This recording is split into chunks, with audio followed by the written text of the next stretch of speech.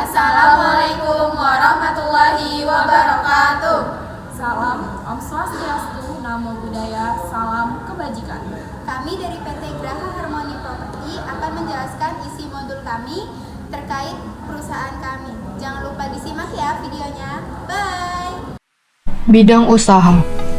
PT Graha Harmoni Property adalah perusahaan yang bergerak di bidang pengolahan gedung dengan fokus pada penyediaan gedung serbaguna modern yang terletak di Jakarta Selatan, DKI Jakarta.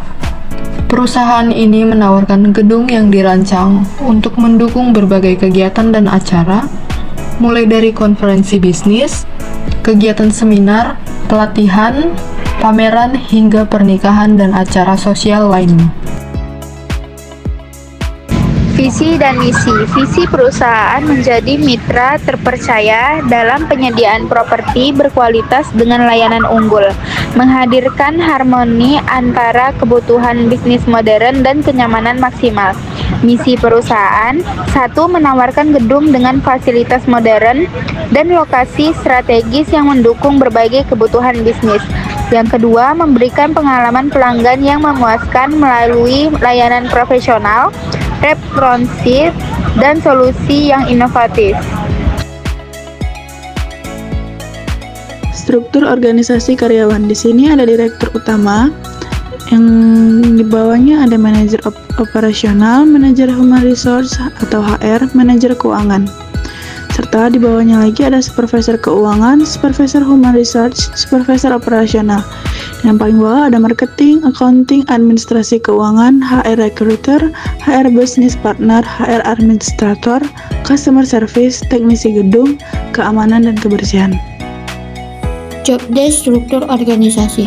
Pertama, direktur utama. Petugas memastikan seluruh divisi berjalan sesuai tujuan perusahaan, mengawasi pelaksanaan operasional keuangan, manajemen sumber daya manusia, dan membuat keputusan strategis untuk keberlanjutan bisnis.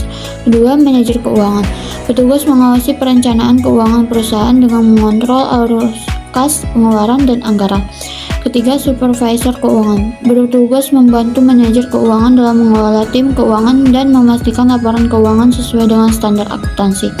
Keempat, marketing. Petugas mengatur strategi pemasaran untuk menarik pelanggan baru dan mempromosikan ruang sewa kepada calon penyewa dan berhubung langsung dengan calon penyewa untuk menutup penawaran. Kelima, ada accounting. Petugas mengelola laporan keuangan perusahaan, melakukan pencatatan transaksi keuangan seperti pendapatan, pengeluaran, serta menyusun laporan pajak dan mengurus pembayaran pajak. Keenam, ada administrasi keuangan. Petugas menangani dokumen terkait pembayaran, invoice, dan tagihan. Tugas selanjutnya ada dari manajer human resource atau HR yang bertugas untuk menetapkan strategi pengelolaan sumber daya manusia, menguasai proses rekrutmen, pelatihan, dan pengelolaan karyawan. Selanjutnya ada HR recruiter yang bertugas untuk melakukan pencairan, seleksi, dan wawancara kandidat untuk posisi kosong dan membuat onboarding karyawan baru.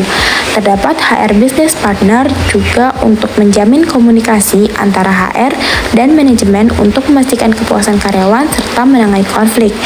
Terdapat juga HR administrator yang berfungsi untuk mengelola data karyawan seperti kontrak, cuti, dan asuransi.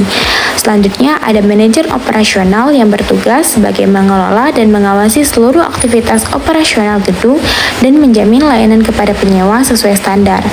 Dan selanjutnya terdapat supervisor human resource atau HR di mana bertugas untuk mengelola tugas harian tim HR termasuk rekrutmen, administrasi, dan hubungan antar karyawan.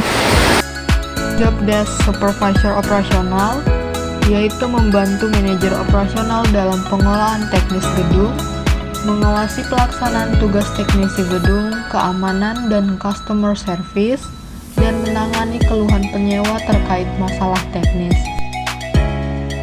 Pemasok. Pemasok adalah penyedia peralatan, perlengkapan, dan hal lainnya yang dibutuhkan oleh PT Graha Harmoni Property.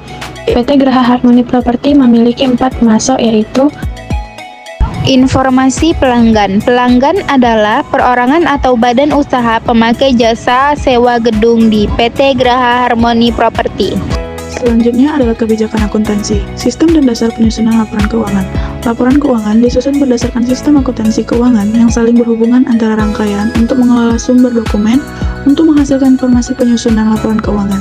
Penyusunan laporan keuangan menggunakan sistem dasar akrual atau akrual basis dan menggunakan perbandingan penghasilan dan pengeluaran dalam periode tertentu.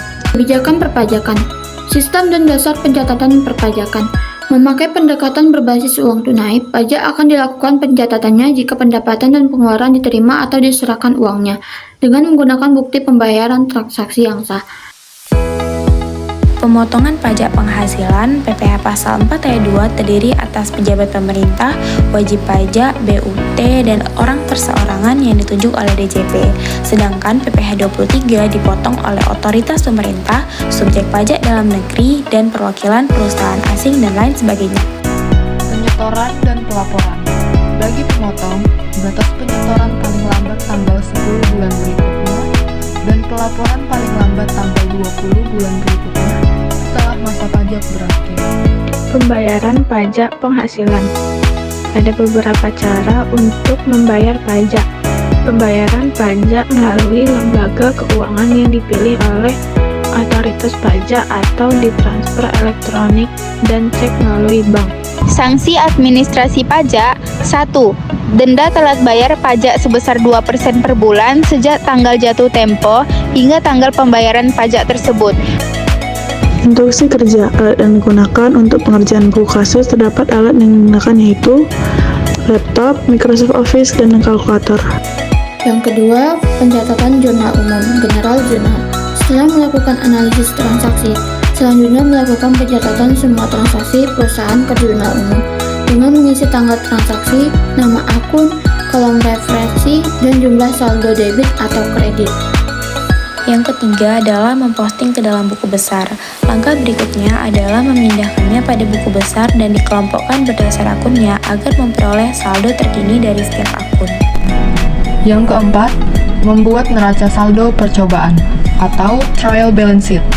Neraca saldo menunjukkan semua akun dari buku besar dan memastikan semua saldo pada debit dan kredit bernilai sama.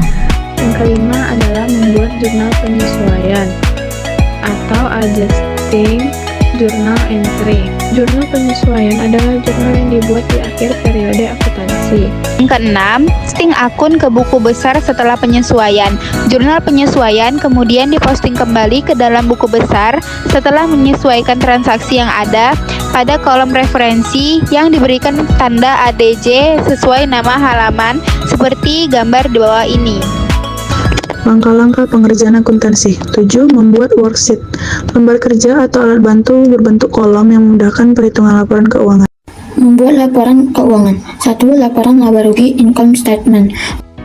Yang kedua, membuat laporan laba ditahan atau retained earnings. Yang ketiga, laporan perubahan posisi keuangan atau statement of financial position. Membuat jurnal penutup. Proses akuntansi ini dilakukan pada akhir periode, gunanya untuk menyusun saldo akhir akun sementara agar bernilai 0. Memperbarui buku besar setelah penutup. Setelah membuat jurnal penutup tersebut, akun sementara dimasukkan ke dalam jurnal buku besar dan akan membuat saldo akhir bernilai. Membuat neraca saldo setelah penutup atau bisa disebut dengan post closing trial balance. Langkah-langkah pengerjaan pajak. Pertama, perhitungan. Perhitungan PPh Pasal 4 ayat 2 dan Pasal 23 yaitu penghasilan bersih dikali dengan tarif pajak yang telah ditentukan. Langkah-langkah pengerjaan pajak bagian pemotongan.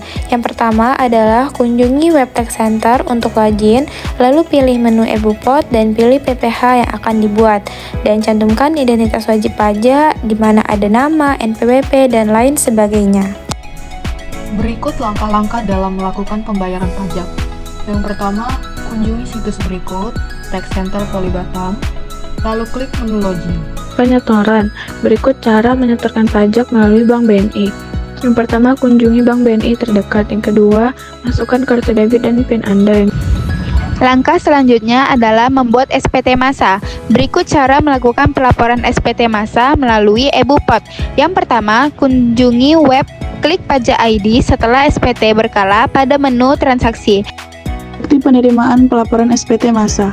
Cara berikut ini memungkinkan Anda untuk mengunduh bukti penerimaan elektronik jika pelaporan berhasil. Pertama, setelah masuk, pilih opsi pajak. Yang kedua, pilih masa pajak setelah memilih menu laporan. Yang ketiga, pilih ikon berlabar unduh bukti tanda terima elektronik. Yang keempat, memperoleh tanda bukti laporan pajak atau BPE yang sah dari Direktorat Pajak.